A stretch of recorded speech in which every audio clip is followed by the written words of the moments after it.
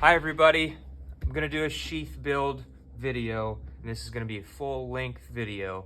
I'm going to take you through all the way from start to finish on making a sheath for this fixed blade. I'm going to start with the template.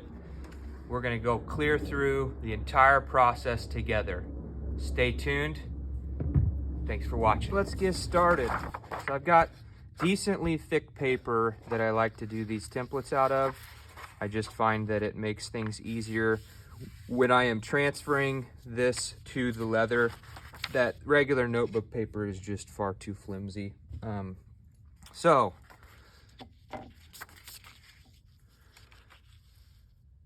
as I've mentioned in previous videos, the thickness of the leather you are using is going to dictate how far away the spine of the blade is from the fold, because this is going to be a folded sheath. A taco sheath is another word for it, but a good reference point is to center the spine on the fold and then tip it over like so. That is going to be the bare minimum, absolute bare minimum thickness you need if your leather was extremely thin. Since I'm using very thick leather, 9-10 ounce thick leather, I need that distance to be considerably bigger. I don't know exactly what that is, but it's probably 3/8 of an inch. You have two options as far as how you position this blade. One is you center up the spine, the spine here at the handle to the fold, or down here you can line that up with the fold and your handle kind of tapers off out of the mouth of the sheath. It just depends on what you want to do. This would be considered more of a butterfly sheath, and that's what I'm going to do for this blade here. I find that having the mouth smaller and tapering to the handle here is more secure as far as retention, versus a sheath that's like this where the mouth flares out. So this is going to be a better choice for what I'm wanting to do. Okay.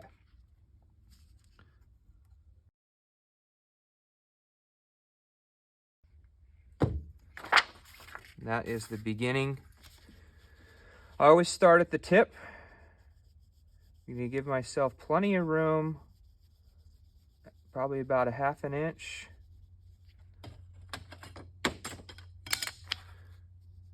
You can always trim it back later, but you can't add more, so don't go too tight on your welt. You want to have plenty of room for your stitch.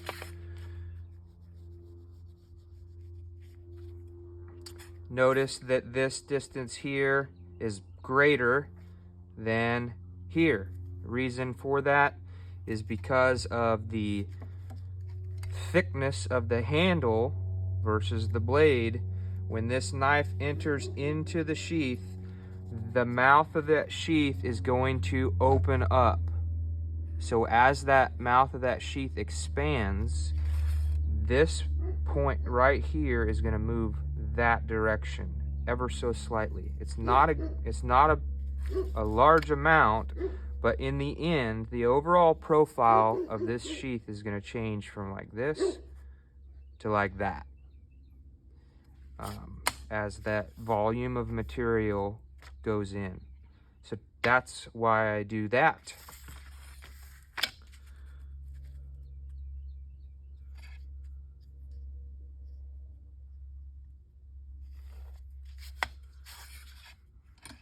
And this is what I mean by butterfly sheath. It's kind of the term that's used for this style, where your fold is right here and the fold doesn't go all the way down like that. So my stitch frames out the shape of that profile.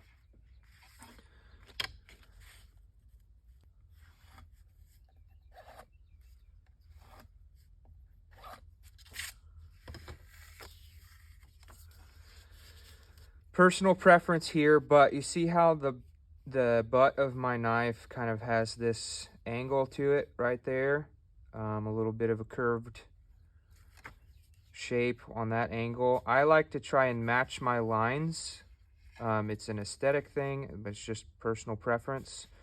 So I'm going to try and match that with the lines of the sheath.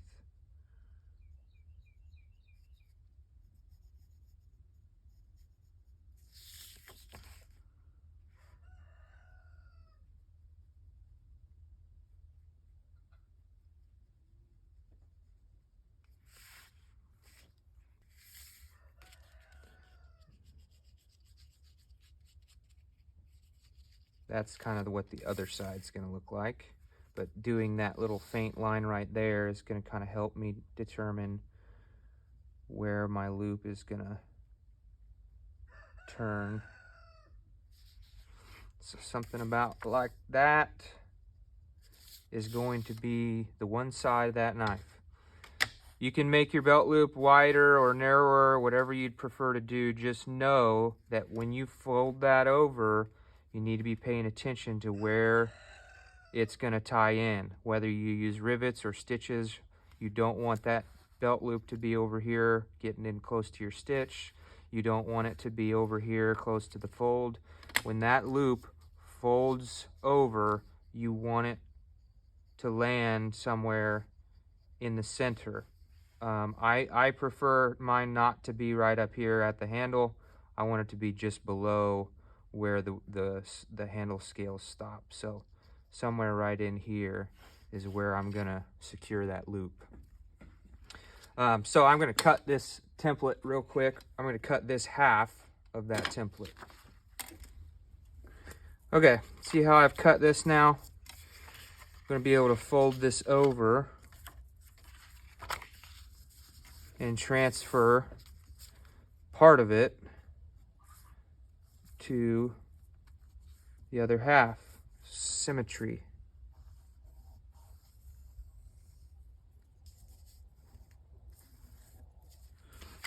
Now the only difference is I'm going to connect the dots right here. And now I can cut the other half.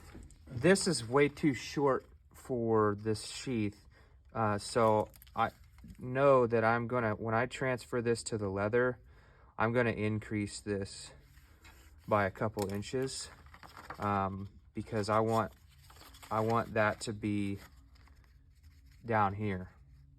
So this is just the limitation of the piece of paper that I was working with, is all that is. So I need to make a note to make sure I extend this loop to give me enough length to do what I need to do. My welt is going to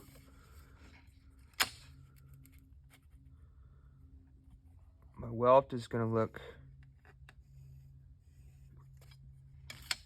something like this.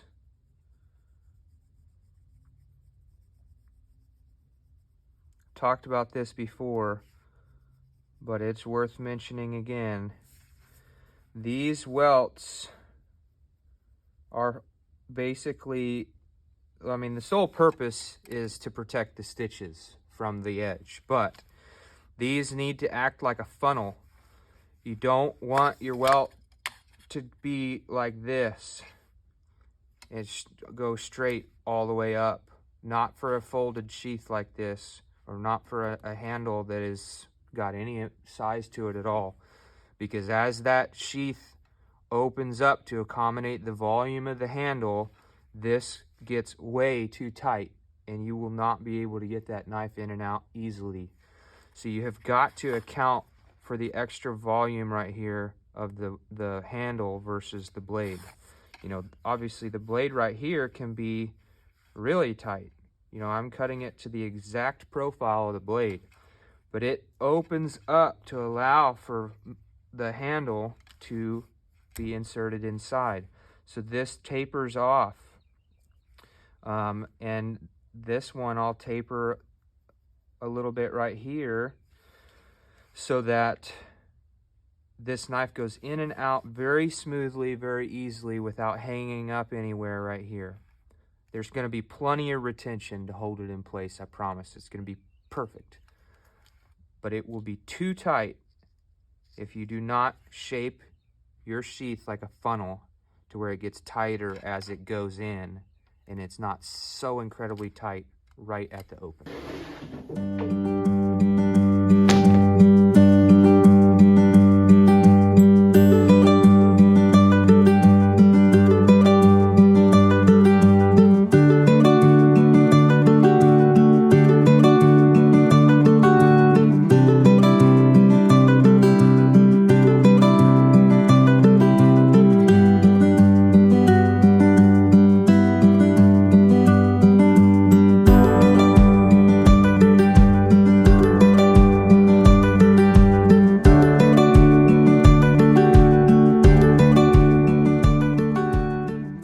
Alright, so I got my pattern transferred over to the leather, and now I'm going to take this over to the belt grinder and clean up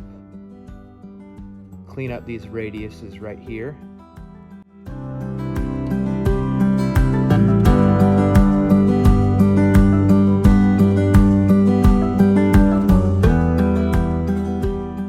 Doesn't take much. That was just a 120 grit belt, and just cleaned these up just a little bit. First things that I'm gonna do here is I'm gonna kind of lay out some marks so that I know where I'm doing what I'm doing.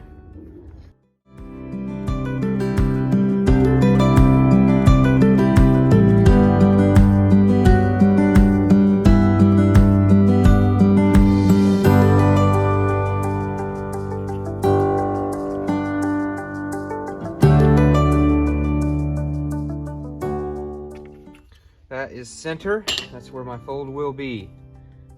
I'm not going to do it now, but that's where I will score that leather so that it folds easier. So that's going to tell me roughly where that loop is going to land. Want to bevel my edges. Go ahead and do that now.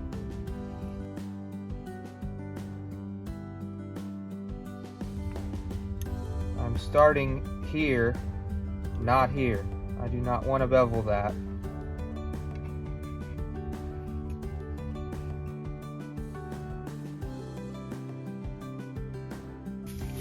When you're doing this, when you're adding moisture, see how it's absorbing.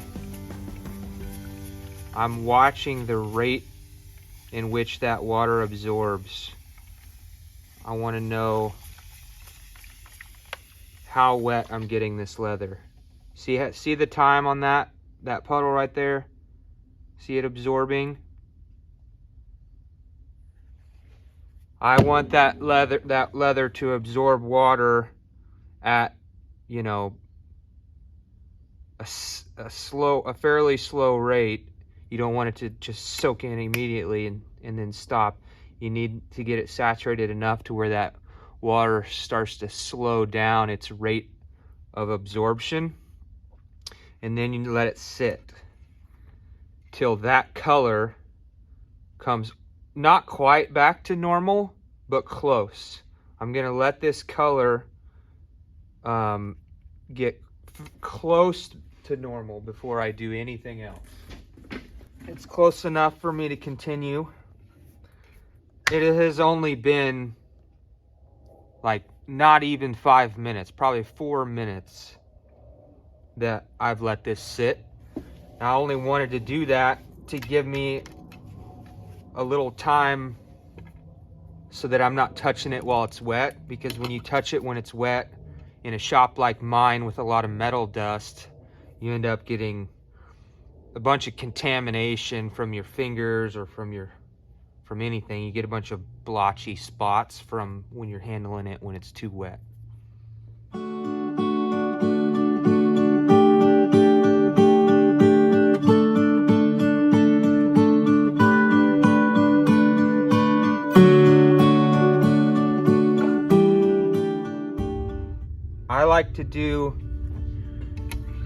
I like to do this little, I don't know what you want to call it, but this kind of smooth beaded border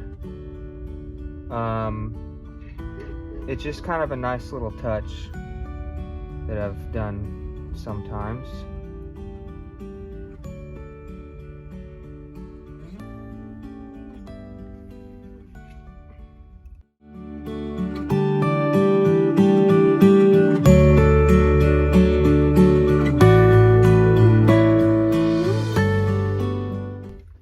I'm going to cut these in.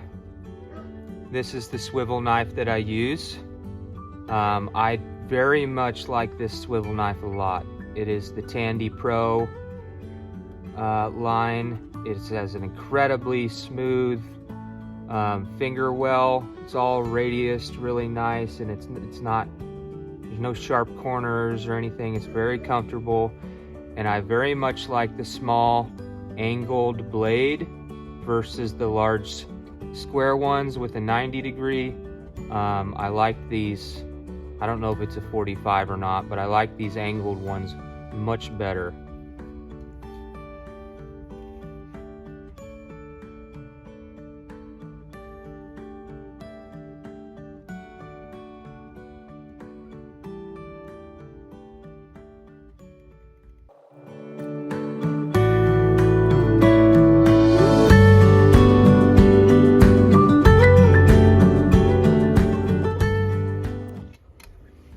There's one thing to be said about leather work.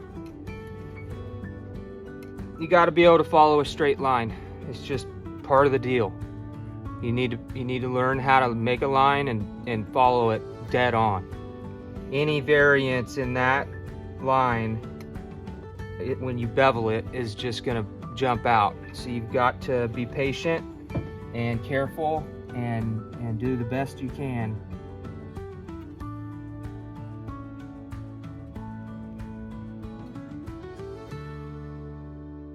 A little tip that I could tell you to help when you're trying to cut a straight line or draw a straight line or do anything like that is to always look where you're going, not where you've been. So when I'm following these lines, I'm looking ahead of the knife, not at it or not behind it.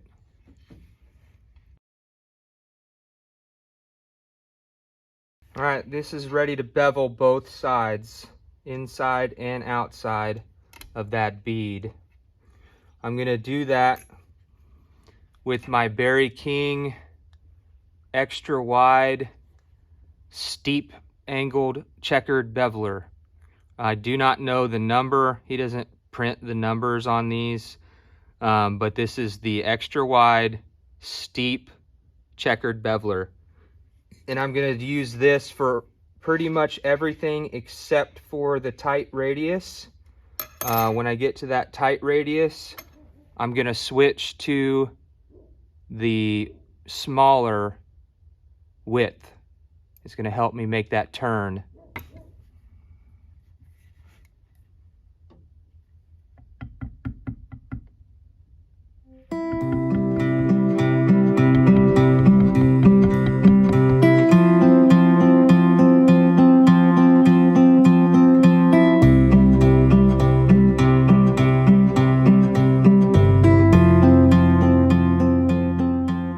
I'm gonna switch to the main body, which we're gonna do a basket weave. This is gonna be a very classy, very traditional looking sheath. This is a Barry King single bar basket weave. It's very simple, very clean, very good looking stamp that I have grown to love tremendously.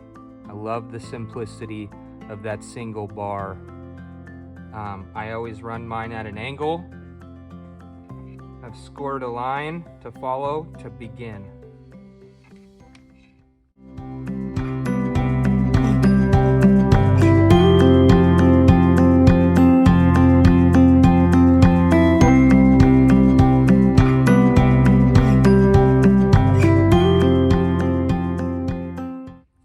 So this sheath is starting to curl a little bit, and I don't want to deal with that through the entirety of this.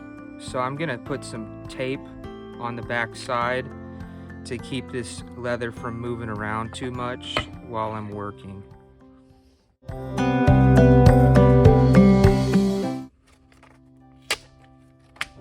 I don't want to deal with all this sticky mess, so I'm gonna use a knife and cut that excess off. So doing that is gonna help keep this leather from curling and cupping and moving around, stretching. It's gonna keep it nice and flat while I'm working. You don't have to do that with all leather. Some of the more lower grade pieces, the real stiff, rigid saddle skirting and that type of leather, it doesn't do this. But this is a little bit softer, more premium cut of leather that's considered carving quality. It's better for tooling, but it's not as rigid as some of the other hides that are available.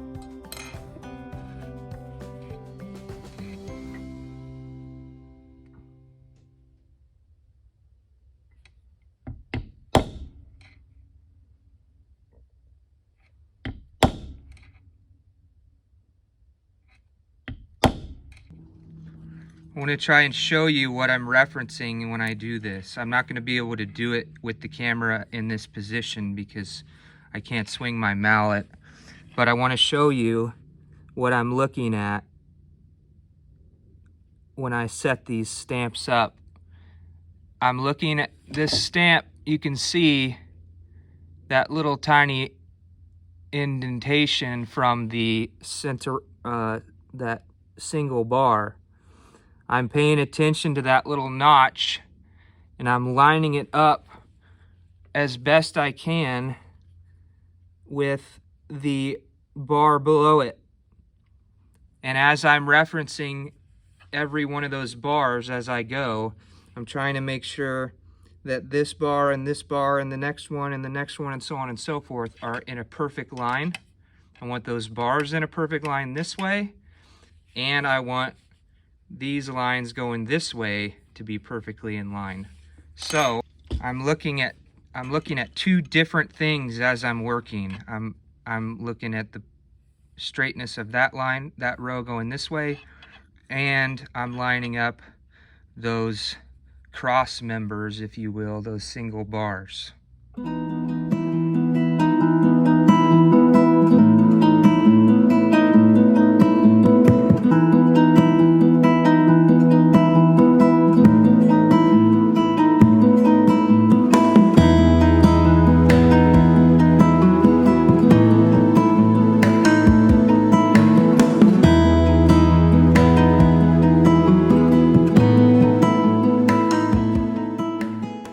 You want to try and hug that border as tight as you possibly can, but don't touch that raised bead that we made at the beginning, because that'll be a problem. But depending on the size of your border tool, for example, this is the one that I'm going to use, and it's fairly small.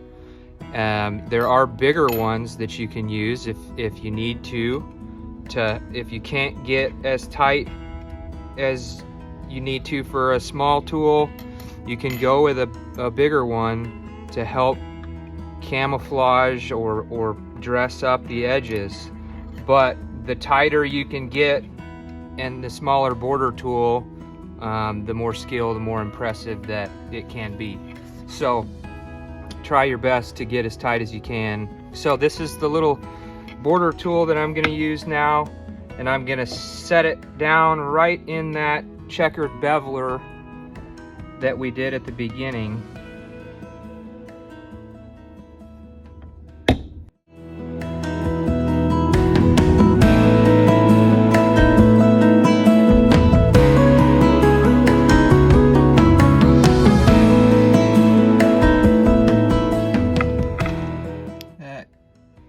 That tooling is done.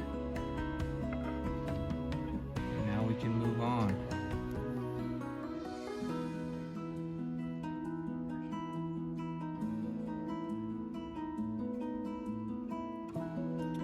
Alright, I'm going to show you my airbrush setup. This is Harbor Freight airbrush. You can get the compressor, I think it's like $89.99. And I think it comes with a gun. and then you can get this six gun kit for, I don't remember, 120, 140, something like that. So this whole airbrush set from Harbor Freight is like $225-ish all in, and it has just been a great thing for me. I use it all the time. Harbor Freight storage bins that I use for snaps and rivets and such, those have been super great too. I'm gonna airbrush the border. Part of why I do this is because A, it looks really cool, but B, more than that, is I like my edges to be dark. I don't particularly think that this color on your welt or on your edges burnishes as nicely as a dark color, and so I like to do a dark fade on the edges.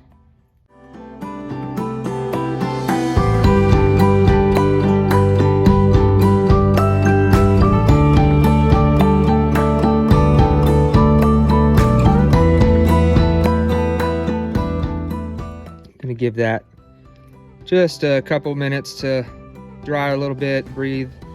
One thing about airbrush and dye versus other methods is it does dry tremendously faster, which is nice. This is just a remnant of some sheep's wool, and I'm gonna kind of buff it a little bit.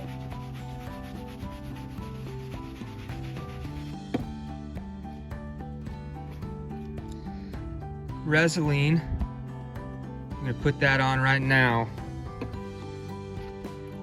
prior to the antiquing.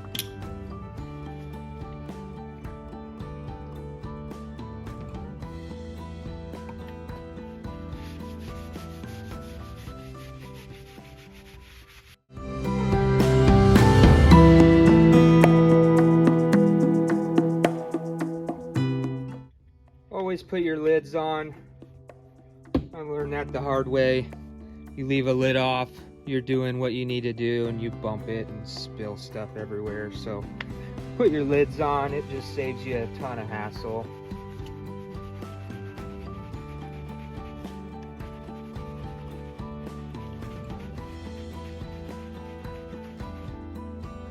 Okay, so now I need to let this sit. I'm actually gonna go set it out in the sun for probably 5 minutes is all. Let that Resolene dry, and then we can antique this. All right, down some paper.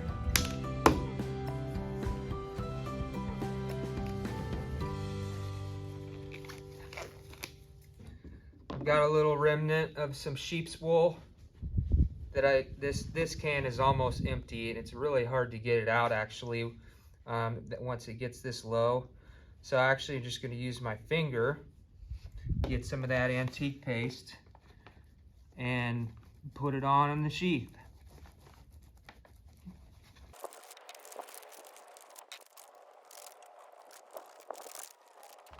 There's no real secret to this other than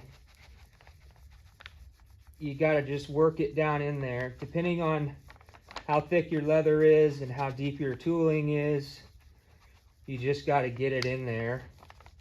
Get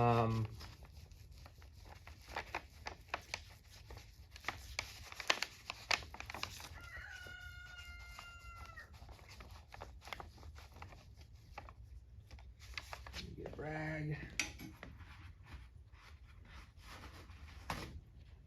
And wipe off the excess.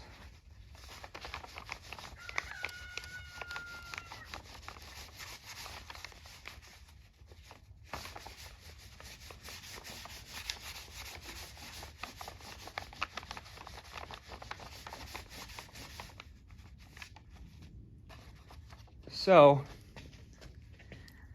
you want to examine this real closely and just make sure you've got it filled in all the low spots. I'm still really heavy.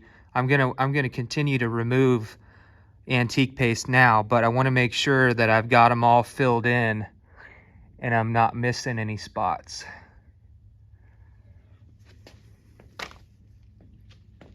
So now I'm taking a fresh sheep's wool and I'm gonna remove a little more. It's a little too heavy.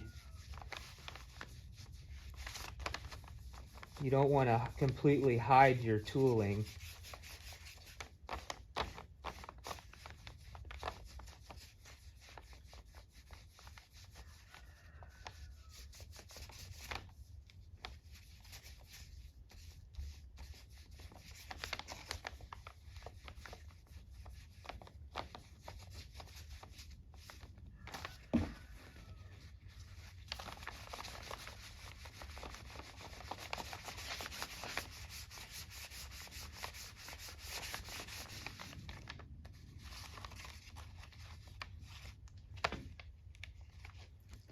And that right there is still a little heavy maybe on this side, but that right there is looking pretty good.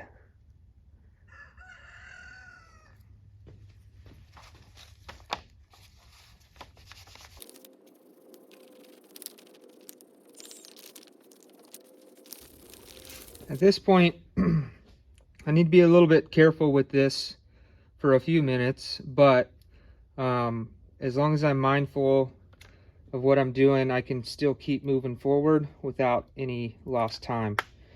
I want to take all this tape off now and dye the back, or the inside I should say.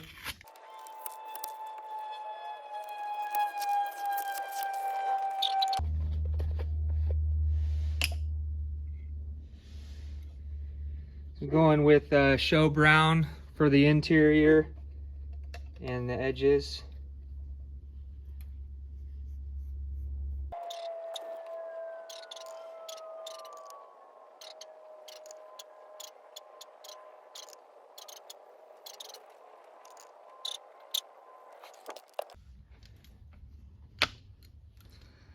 It's a little scoring V-gouge tool here before I cover up my line.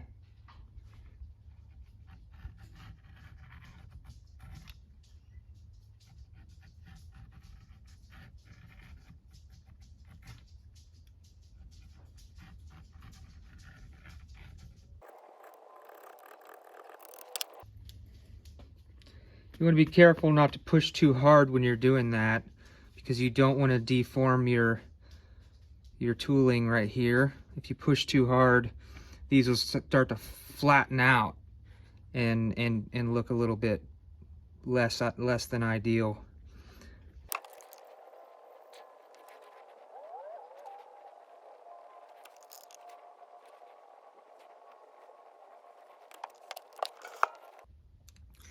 Now we're gonna burnish from here over to here and get those edges finished out. To do that, I use EcoFlow gum triggercanth. This is the burnishing agent that I use. It's all I've ever used, and it works very well, so I don't have any intentions of using anything else. I just use my finger and apply that generously to the edge. Now remember, at the very beginning of this, I already sanded these edges to 120 grit. That's as high as I sand my edges, and I can get a nice burnish at that 120 grit with this gum triggercanth.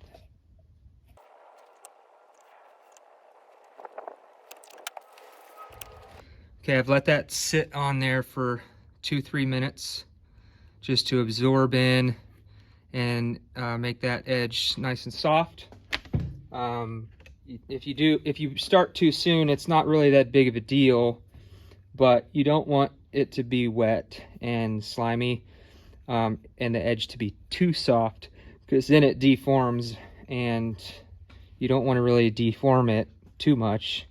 This is a Cocobolo Slicker Tandy Pro line and it works way better than the cheapo slicker. This is a far nicer tool. In my opinion, it's worth the extra money. I'm going to start with this narrow notch, the smallest notch that it will fit, to get the corners.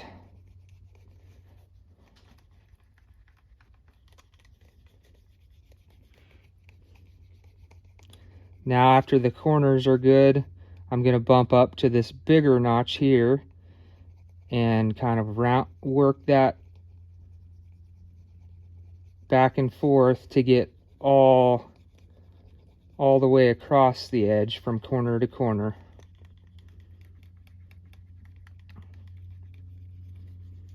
You can start to see that shining up.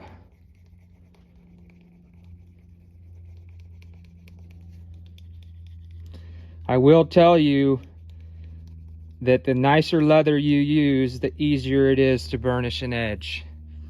Very cheap, low quality leather will not burnish as well as nicer leather.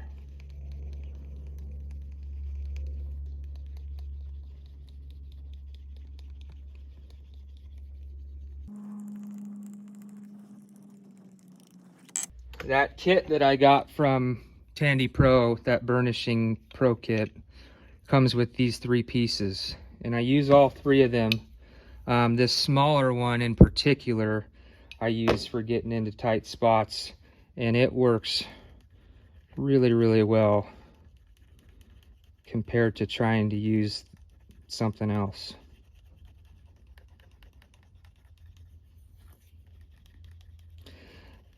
This isn't about pressure. I'm not pushing hard. This is about friction, heat and friction. It has nothing to do with how hard you push. But that edge is very shiny and nice compared to the other side.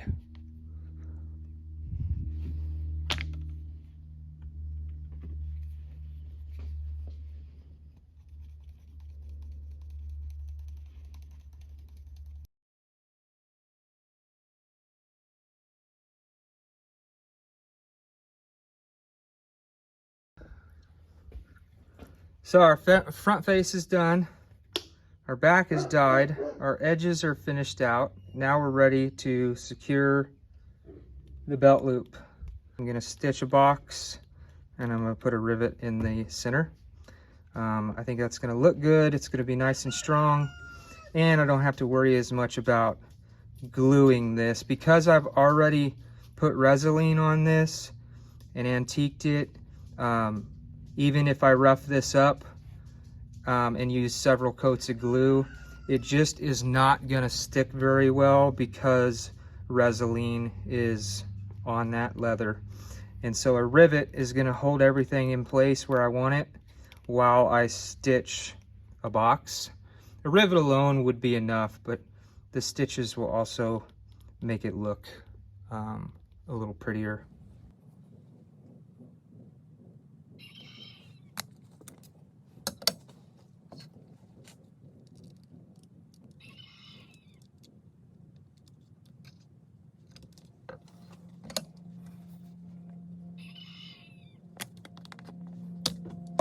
I'm going to use a little brass snap rivet.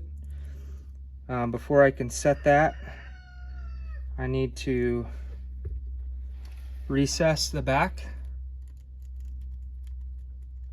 So I pop that in the hole, draw a circle there, and I'm going to use an X-Acto knife and carve this out so that that back side of that rivet is recessed and does not potentially scratch the knife or blade or handle or anything. I'm going to lay it in here at a nice steep angle, and I'm going to cut just outside that line that I drew.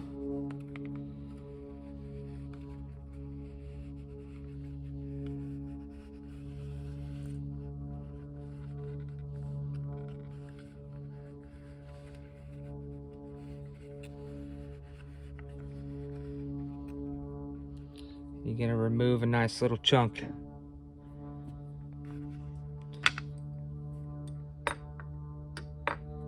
So when this rivet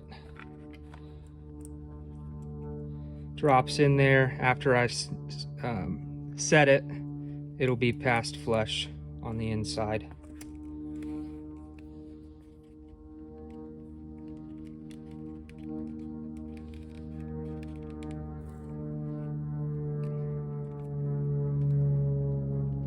This is a little rivet setter.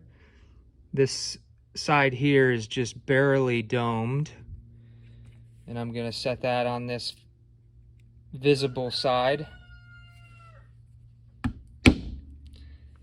Now this back side is going to flatten because I have it on the quartz top. It's not going to be domed like it would be if I set it on a little domed anvil or something. But two pops with that setter, and I've got this side set flush and this side's recessed past flush. Now I'm going to punch my holes to stitch that. In order to do that, I'm going to use these diamond stitching chisels.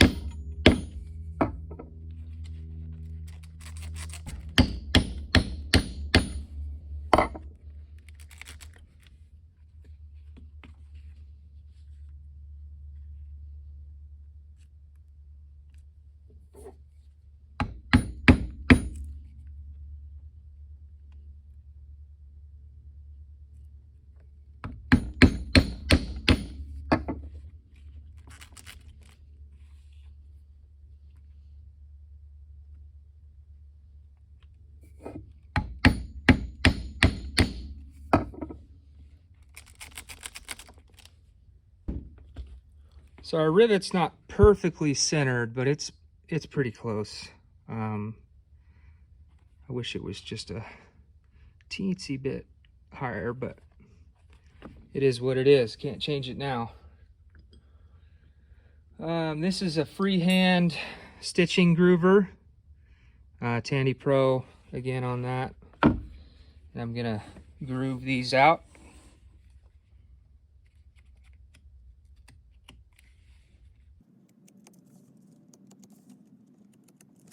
I like to do this go in both directions. So I'll go one way all the way around, and then I'll reverse. I think it helps make sure your corners are nice and clean.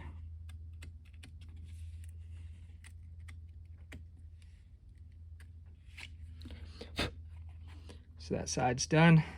Now I'm going to do the same to the back side. Back side's way more important than the front as far as the depth that you groove. You want to make sure you protect those stitches from potentially getting cut as the blade goes in. So these need to be nice and deep so those stitches are flush, or past flush, I mean. Okay, this is Ritza Tiger Thread. The color is Sand. It's my favorite color. I use this more than any of the others. It just goes really well with my other color preferences and my style. I used to use Artificial Sinew a lot, which is a similar color to this, but this is a much far superior thread, this Ritza, over that Artificial Sinew. It's easier to work with, it's stronger, it's very good. This is the largest diameter they sell. Cannot remember exactly, but I think it's 1.2 is the diameter of thread that I use.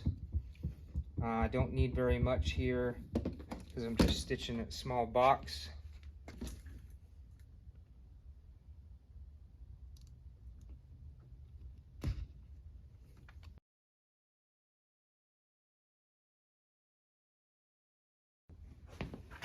Okay. Back stitched a little bit there. put both tag ends on the back side. I'm gonna cut and burn.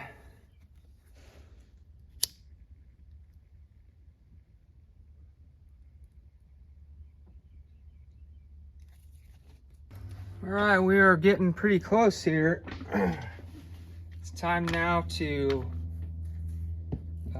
get this thing ready to fold. This is a rougher.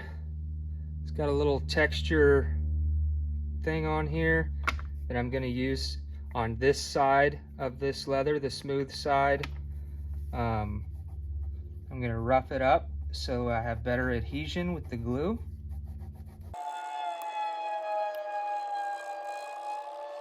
Forgot I need to dye my welt.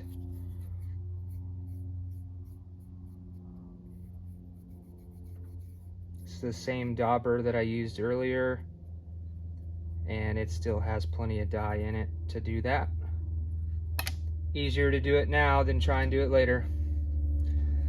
All right, for glue, I use really inexpensive, easy to find at most craft stores or hobby stores. I even got this at a local hardware store. This is Elmer's rubber cement. I like rubber cement because it's easy, it's cheap. People get hung up on glue a lot in this industry, and I get it for certain things, but if you're gonna lay a stitch in behind it, the glue is only there to serve one purpose and one purpose alone, and that's to hold it in place until you get the stitch done. After that stitch is in there, this glue serves zero purpose for the rest of time. So it's really not that important what glue you use, as long as it does what you need it to, meaning hold it together until you get it stitched. This stuff is cheap, it dries fast, it gets tacky fast, it sticks pretty good for how long it's going to take me to get this sheath done.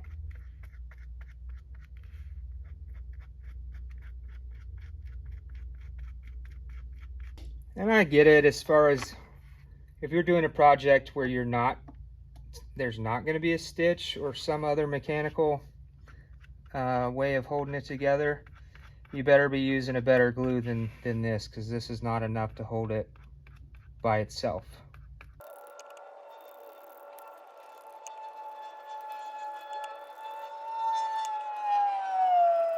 You can see that I am being pretty careful to keep it inside the line.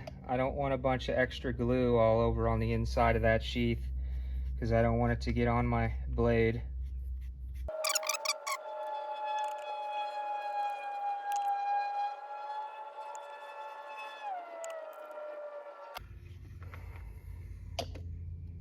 Going right back to where I started, do a second coat. See how that's not shiny anymore? That is really tacky and ready to go. Just waiting on this side right here to tack up, and I can fold this.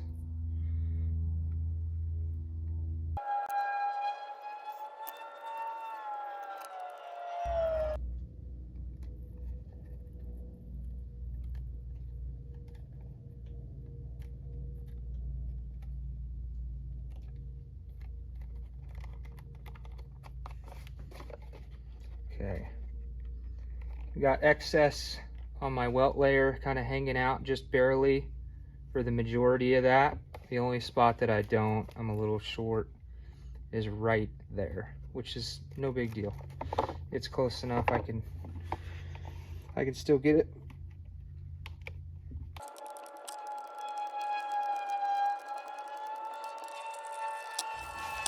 This is an 80 grit belt that I'm going to use initially on this.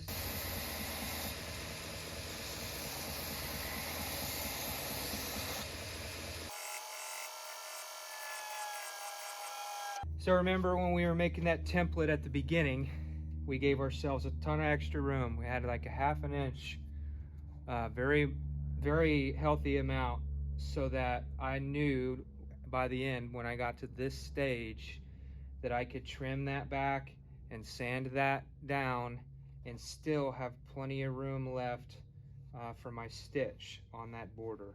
So that's why it's better to give yourself extra. You can always bring it back, than to try and cut that exactly where you want it and then end up needing to trim it back a little and it's too short and you don't have as much room to run your stitch without getting too close to the edge. So that's why we think ahead. So now that this is at 80 grit, we're going to clean that up at the end, but I've got it to shape. I'm going to use my edge beveler.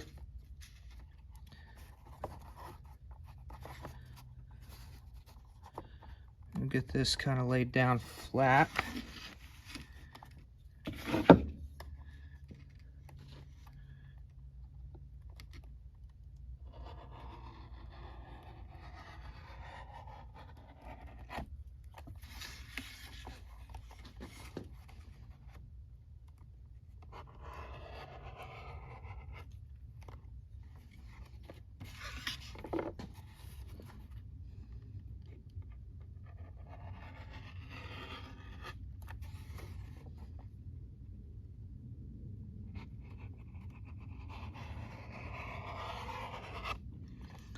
That's one of the most satisfying parts of this whole process, is that right there.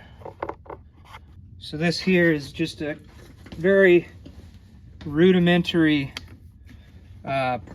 base that I use when I fold my belt loops this way, so that I can get this whole thing laid down flat. It is very, very difficult to punch your holes or do anything really, stitching groover, edge beveling, punching holes, when you have this in the way and it can't lay down. So all I do is just, I took a router, routered out a void, and now I can lay this down, and it takes a little pressure. It's still a little high, but if I put a little pressure on that, this lays nice and flat, and it's easy for me to work. Take my stitching groover. This is a Tandy Pro.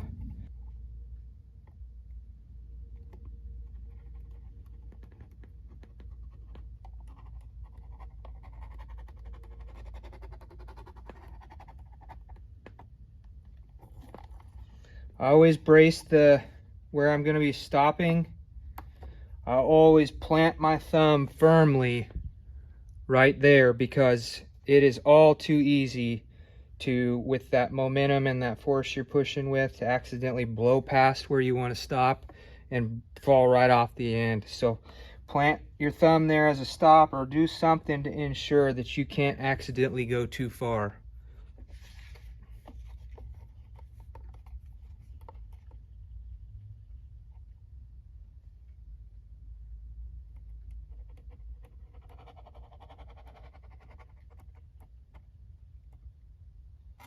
Trust me, I know from experience, it is one of the worst feelings in the world to get to this point, to where you're almost done and everything's gone great the whole way, and then you accidentally do something really simple, really stupid, and have a giant glaring imperfection right at the end. That is just not a good feeling. I'm going to use my free hand and clean up this corner.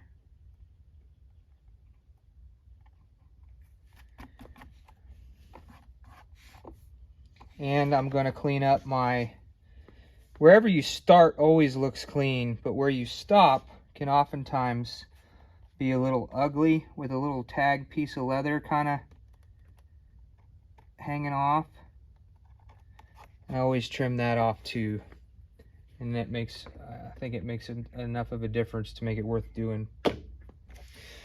Okay, now I'm going to go back to my diamond stitching chisel and punch my holes. I'm using my big mallet, or maul, sorry. I have 3. This littlest one, this medium taper. I can't remember what this is. 18 ounces maybe, and I know this is a 36 ounce, I believe, this bigger fella here.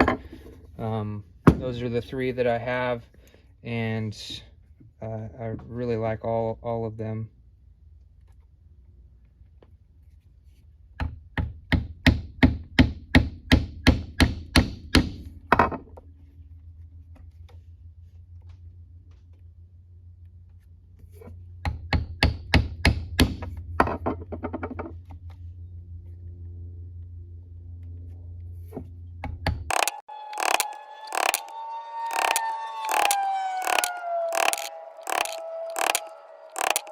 All right, now that I have my holes punched, I need to do a couple of things. One, this leather is so thick that we are not making it through. So now I'm going to take my diamond-shaped awl and run every one of those holes with an awl.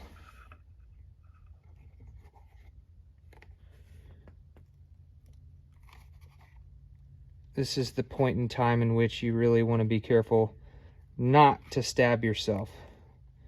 Been there, done that.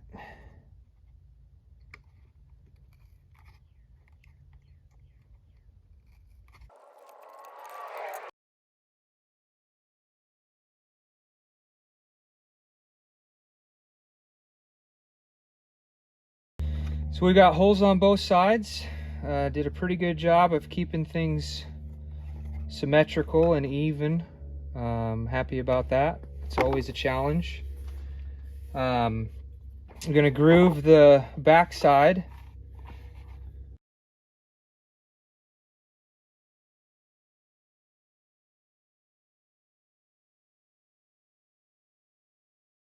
Now that that part's done, I'm gonna take my airbrush and I'm gonna throw a little splash of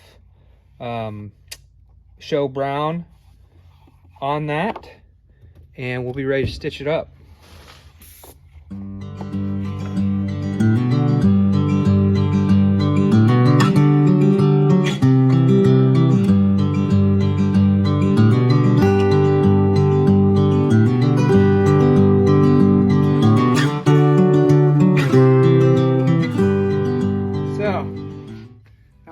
Stitch, but we got her whipped. This thing is just almost done. I'm gonna sand the welt up to the 120 grit and dye it and burnish it, and then one more final coat of Resolene on top, and this bad boy will be complete. So I'm gonna do all that real quick and put some still shots at the end of the video. Thank you so much for watching. I know this was a long one. I think this will be the longest video I have ever done. I hope that you enjoyed it. I hope you learned something, and I hope that you got to spend some time in your shop today doing something that you love. So thanks for watching. We'll see you next time.